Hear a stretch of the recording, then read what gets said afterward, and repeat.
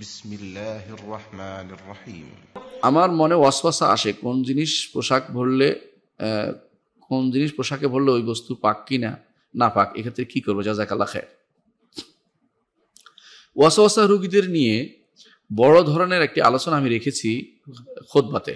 আপনারা এই ওয়াসওয়াসা জিনিসটা শুনবেন, এই খুতবাটা নামিয়ে, এটা ইনশাল্লাহ ইউটিউবে পাবেন, আমাদের চ্যানেলও পাবেন, ইউটিউব চ্যানেলে নামিয়ে শুনবেন পুরোপুরি। তখন আপনার এই প্রশ্নগুলো উত্তর চলে যাবে ইনশাল্লাহ। তবে মনে রাখবেন যে স্বাভাবিকভাবে আপনাকে বলি, সেটা হচ্ছে ওয়াসওয়াসা যেটা আসবে এটার দিকে তাকাবেন না, যতই আসুক আপনি এটা নিয়ে নামাজ পড়বেন। ধরেন আপনার মনে হলো অমুক পানি লাগছে কিনা, দূর লাগে নাই, আমি নামাজ পড়বো, জোর করে এটা ছেড়ে দিবেন, আপনার ওয়াসওয়াসা রোগটা ভালো হবে। যতক্ষণ আপনি এটার পিছনে আবার তাকাবেন, আপনার ওয়াসওয়াসা রোগটা ভালো হবে না।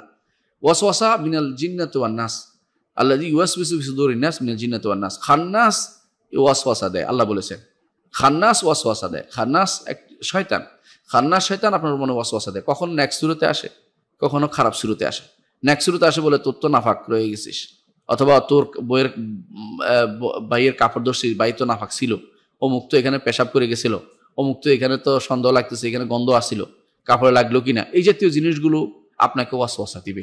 আপনি প্রথম কাজটা করবেন সেটা হচ্ছে নাই, কিছুই নাই, আসল হইলেও পবিত্র, যতক্ষণ পর্যন্ত না শিউর না হচ্ছে তখন পবিত্র। অর্থাৎ আপনি বাথরুম সেরে আসে মনে করলেন যে এখানে কেউ এর আগে পেশাব করে গেছে, যার কারণ আমার কাপড়ে লাগলো কিনা ইত্যাদি, কিছুই লাগে নাই। মূল হচ্ছে পবিত্র হওয়া। আল্লাহ তাআলা লা ইউকাল্লিফুল্লাহু নাফসান ইল্লা উসআহা, আল্লাহ কাউকে সাধ্যের বাইরে কষ্ট দেন না। এই জন্য আপনি যত রকমের সন্দেহ আসুক আপনি দ্বিতীয়বার ওযু করবেন না, যত রকমের সন্দেহ আসুক দ্বিতীয়বার ধুইবেন না।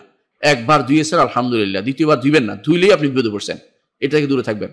আল্লাহ তাআলা কখনো কাউকে তার সাধ্যের বাইরে কষ্ট দেয় না, এই জন্য আপনাকে ওইটার জন্য পাকড়াও করা হবে না, এটা মনে রাখবেন। নইলে আপনি সারা জীবনের জন্য বিপদে পড়বেন, কোথাও যেতে পারবেন না, গেলে আপনার ওয়াসওয়াসা রোগীর পরিণত হবে, যেটা ধরেন বাথরুমে যে আটকে থাকবেন, মানুষের কষ্ট দিবেন।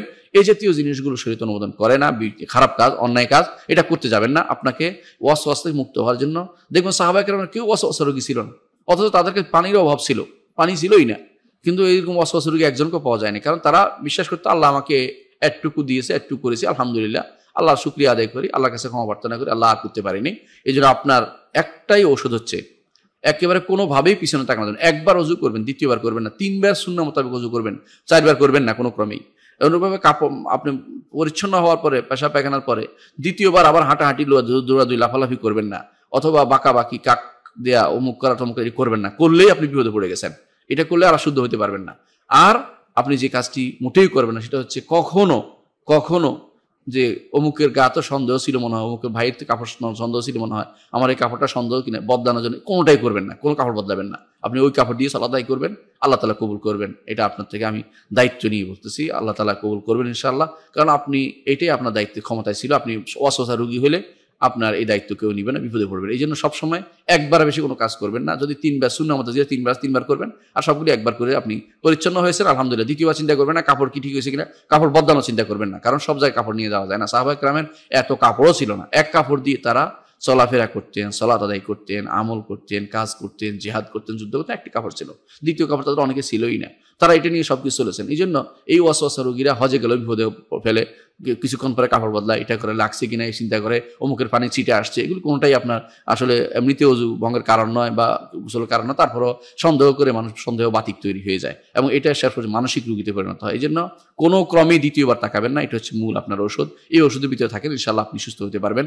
আর বেশি বেশি দোয়া করবেন আল্লাহর কাছে, বেশি বেশি দোয়া করবেন। আল্লাহুম্মা আউযু বিকা মিন ওয়াসওয়াসিশ শায়াতিন, আল্লাহ শয়তানের ওয়াসওয়াসা থেকে আল্লাহ আপনার কাছে আশ্রয় চাচ্ছি, দোয়া করবেন। আরো দোয়া করবেন যে আরো বেশি বেশি সূরা নাস পড়বেন বেশি বেশি করে, ইনশাআল্লাহ আপনার জন্য এর থেকে মুক্তির জন্য এটাই উত্তম জিনিস বলে আমরা মনে করি।